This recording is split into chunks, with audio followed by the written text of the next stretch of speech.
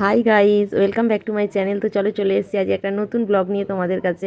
তো দেখতেই পাচ্ছ আমরা চলে এসেছি আজকে সরাসরি চড়কে। আর এই চড়কে এসেই ঠিক করা ছিল আগে থেকে যে মেয়ের জন্য বাতাসা হরিলুট দেবো, সেই জন্য বাতাসা নিয়েও চলে এসেছি। এবং এসে আমার এক বন্ধু ছিল, তার হাতে দিয়ে দিলাম। এই যে এই টুপি পরে যে ছিল সেটাই হচ্ছে আমার বন্ধু, ওকে দিলাম। ওর ওয়াইফকে বললাম যে ওকে একটু ডেকে দাও, ও দিল।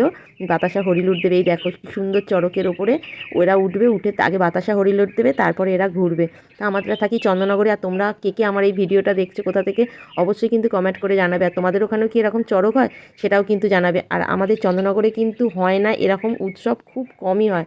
কথায় আছে চন্দননগর হচ্ছে মানে সংস্কৃতির শহর, চন্দননগর গর্বের শহর। সেই চন্দননগরেই আমরা থাকি আর ভীষণ ভীষণ এনজয় করি। প্রত্যেকটা উৎসবকে আমরা ভীষণ ভালোভাবে উপভোগ করি। তো চলো, এই দেখো কি সুন্দর ঘুরছে, খুব ভালো লাগলো। মেয়ে আর স্বামীকে নিয়ে চলে এসেছি। আর এই দেখো তোমাদের দাদাভাইকে বললাম একটু ভিডিও করো, ও বাবা সে তো মেয়েকে নিয়েই ব্যস্ত। মেয়ে তো ভিড়ে এদিক ওদিক চলে যাচ্ছে। তো যতটুকু পারলাম ততটুকু তো ভিডিও করলাম।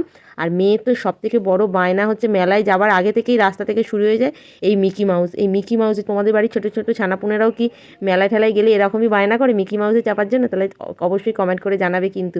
আর এই যে একে একে এবার খাওয়া শুরু হয়েছে, সব ঘোরা গেছে, পাঁপড় ঘুগনি আইসক্রিম সমস্ত কিছু খেয়ে দিয়ে আমরা এই মাঠটায় বসেছিলাম। মানে এত প্রচণ্ড গরম যে কি করব, মাঠেই বসে আছি। বাড়ি গিয়ে কী করবো, ভালোই লাগছিলো। আমার ভাইয়ের বউয়ের সাথেও দেখা হয়ে গেল, ভাইপোও এসেছিলো, তাদের সাথেও দেখা হয়ে গেল। সবাই মিলে খুব আনন্দ করলাম আজকের সন্ধ্যেটা। তারপরে ভাবলাম মেলায় এসে একটু ভেলপুরি খাবো, না হয় আবার একটু ভেলপুরি কিনে খেলাম। কিন্তু ভেলপুরিটা একদম একদম ভালো ছিল না। যাই হোক, খেয়ে নিলাম। মেলাতে একটু এরকম হয় সেটা নাও। এই দেখো ভেতরটা কি প্রচণ্ড ভিড়। আর মেয়ের জন্য একটা জামা কিনবো বলে পছন্দ আর হচ্ছে না, এ দোকান সে দোকান করছি। আর হঠাৎ করে মেয়ের বায়না যে আমি একটা লেস খাবো। আর এই পেটিএম বলেই লেসটা কিনলো। আর জানো কি আশ্চর্য ব্যাপার, এই লেসটা 5 টাকা দিয়ে কিনেছে, আবার এর ভেতরে একটা গিফট ছিল, আবার 5 টাকায় পেয়ে গেছে। তো মেয়ে পেয়ে তো ভীষণ এক্সাইটেড, আর মেয়ের সাথে আমরাও ভীষণ এক্সাইটেড হয়ে গেছি। বাবা এর ভেতর যে আবার টাকাও থাকে নাকি, বলছে নাকি গিফটও থাকে, আমরা না জেনেই এটা কিনেছিলাম। তো মানে অজান্তেই এটা পেয়ে খুব খুশি হয়ে গেছে, মেয়েও খুব খুশি হয়েছে।